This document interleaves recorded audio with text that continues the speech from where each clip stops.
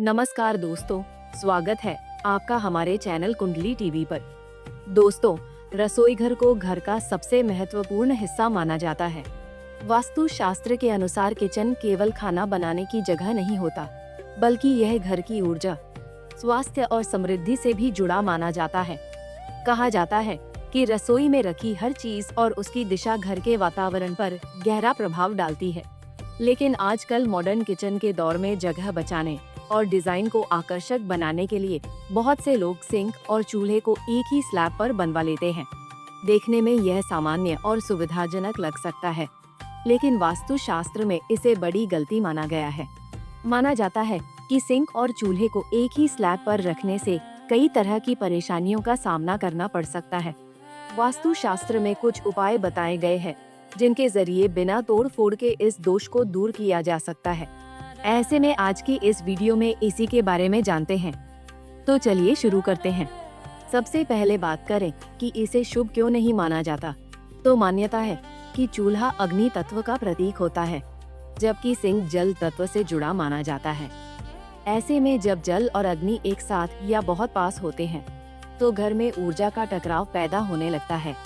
कहा जाता है कि इसका असर परिवार की सुख शांति, आर्थिक स्थिति और रिश्तों पर भी पड़ सकता है।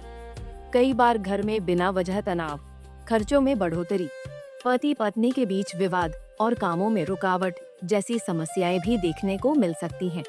ऐसे में संभव हो तो इन दोनों की स्लैब अलग कर दें, लेकिन ऐसा कर पाना हर किसी के बस की बात नहीं होती। ऐसे में कुछ आसान उपाय किए जा सकते हैं। पहले उपाय की बात करें तो यदि सिंक और चूल्हा एक ही स्लैब पर हो, तो दोनों के बीच एक छोटा सा लकड़ी का बोर्ड या फिर पतला सा पार्टीशन कर दें। वास्तु के अनुसार लकड़ी को दोनों के बीच रखने से संतुलन बनता है और जल और अग्नि तत्व की ऊर्जा में सामंजस्य बना रहता है। दूसरे उपाय की बात करें तो हरा रंग संतुलन और विकास का प्रतीक माना जाता है। हरे रंग को सकारात्मक ऊर्जा से भी जोड़ा जाता है। ऐसे में चूल्हे और सिंक के बीच एक छोटा सा पौधा रख दें, जैसे मनी प्लांट या फिर कोई भी पत्तेदार पौधा। एक तो इससे ताजगी बनी रहती है, साथ ही ऊर्जा भी संतुलित रहती है। बस इस बात का ध्यान रखें कि पौधा सूखा न हो और उसके पत्ते मुरझाए नहीं, वरना इसका विपरीत असर भी देखने को मिल सकता है। इसके अलावा वास्तु के अनुसार छोटा क्रिस्टल या पिरामिड रखने से भी लाभ देखने को मिल सकता है। माना जाता है कि चूल्हे और सिंक के मध्य छोटा क्रिस्टल या पिरामिड रखने से भी संतुलन बना रहता है। ऐसे में यदि आपके घर में भी चूल्हा और सिंक एक ही स्लैब पर है, तो आप भी ये उपाय अपना सकते हैं। आगे बता दें कि चूल्हे के अग्नि तत्व और सिंक के जल तत्व को संतुलित रखने के लिए एक और सरल उपाय किया जा सकता है।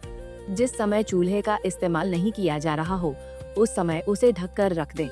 माना जाता है कि इससे अग्नि तत्व की सक्रियता कम रहती है। वहीं जब सिंक का इस्तेमाल नहीं कर रहे हो, तो उस दौरान उसमें भी पानी न जमा होने दें। उसे साफ और सूखा रखें। माना जाता है कि इससे जल तत्व भी कम सक्रिय रहता है। कुंडली टीवी डेस्क से प्रांजलि की रिपोर्ट।